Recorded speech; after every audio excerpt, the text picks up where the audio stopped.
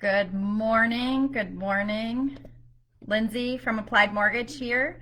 I am live actually from the office this morning. I didn't have power or internet at my house, so this is pretty much the first time that I've been in the office almost in a year, other than just stopping by to get the mail.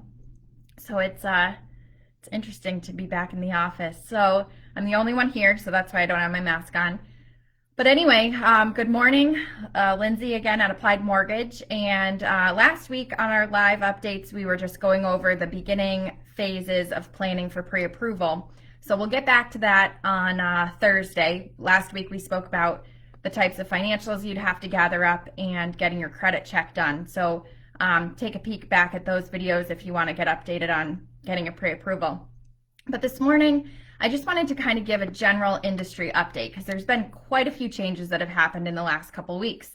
I'm totally getting deja vu because in March of last year, I felt like going into the pandemic, mortgage world kind of went crazy and there was a lot of volatility going on and we were all kind of scrambling with new guidelines and everything.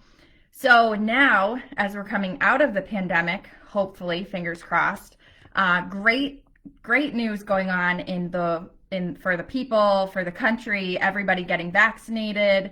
Hopefully we're kind of on the coming out of the pandemic. Businesses are reopening, all this great stuff happening. The stock market is seemingly thriving. And so that's all good. Consumer spending is up, all these positive things going on for people. Now, what that actually causes is people to kind of rush out of the bond market into the stock market, and that actually drives interest rates a little bit wonky. So we had a very stable market, especially once we got into the summer, into June, really through the end of the year in 2020. Really stable market, really low interest rates. We were seeing rates in the twos, which is crazy to get a mortgage with a two in front of it. Now that's changed a little bit and the news hasn't quite caught up. So you're still seeing on the news that rates are the lowest of the lows. And that's true. Rates are historically extremely low still.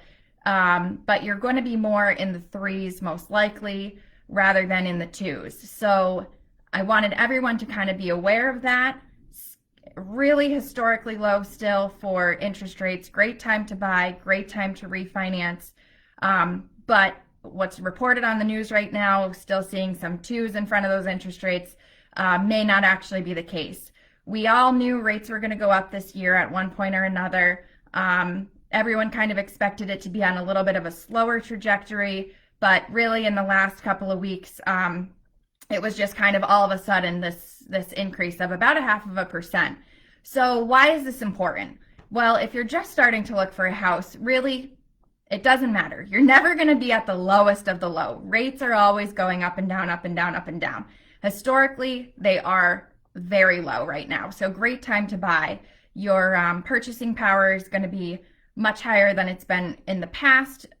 Still, our rates are roughly where they were at this time last spring. So again, rates dropped last spring. We saw a lower drop into the fall and then in the winter, and now we're leveling back out to a little bit where we were last spring. So still a great time to buy. Definitely house prices are trending up. Like always in the Pioneer Valley, we usually have anywhere between 2 to 5% increase on the median house price year over year, which is a good thing. It means that people want to live here, they want to come here. So better to buy now, and then you'll see that appreciation in the future.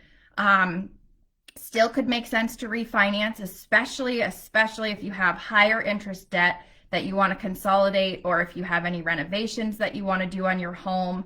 I'm actually going to be running a quick webinar, I think it's next week or the week after, on reasons to refinance and why that might still make sense. Especially if your interest rate is anything other than a 3 in front of it, make sure you call your lender now and take advantage of these rates while they're still on the low. So that's really kind of the industry update. If you're a buyer or if you're a realtor and you're working with buyers right now, make sure, as we've always said continuously this year, with things just kind of being volatile, with mortgage guidelines maybe changing, there's just a lot going on that could impact your pre-approval. So whether you were pre-approved yesterday or you were pre-approved 3 months ago or 6 months ago or a year ago, contact your lender on a regular basis. Make sure that that pre-approval letter is still valid before you submit your offer. And make sure that with the rates increasing a little bit, if you spoke to your lender even just a couple weeks ago and the rate is now a 0.5% higher, the average loan size in our area is about 250,000. So that could increase your monthly payment by about $100 a month. So you may just want to check in, review your budget again, make sure that you're still comfortable at the price point that you were planning on purchasing in. If not, readjust those expectations so that when you're house searching, everything ends up turning out okay. And just make sure that it's updated with your lender. That's also going to make you more competitive when it comes to getting your offer accepted, because there are multiple offer situations. And one thing I've heard from my realtor partners is that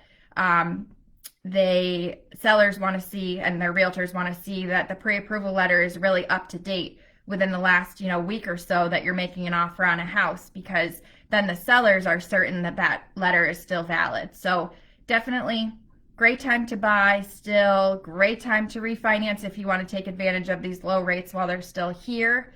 And otherwise, we'll continue to keep you updated.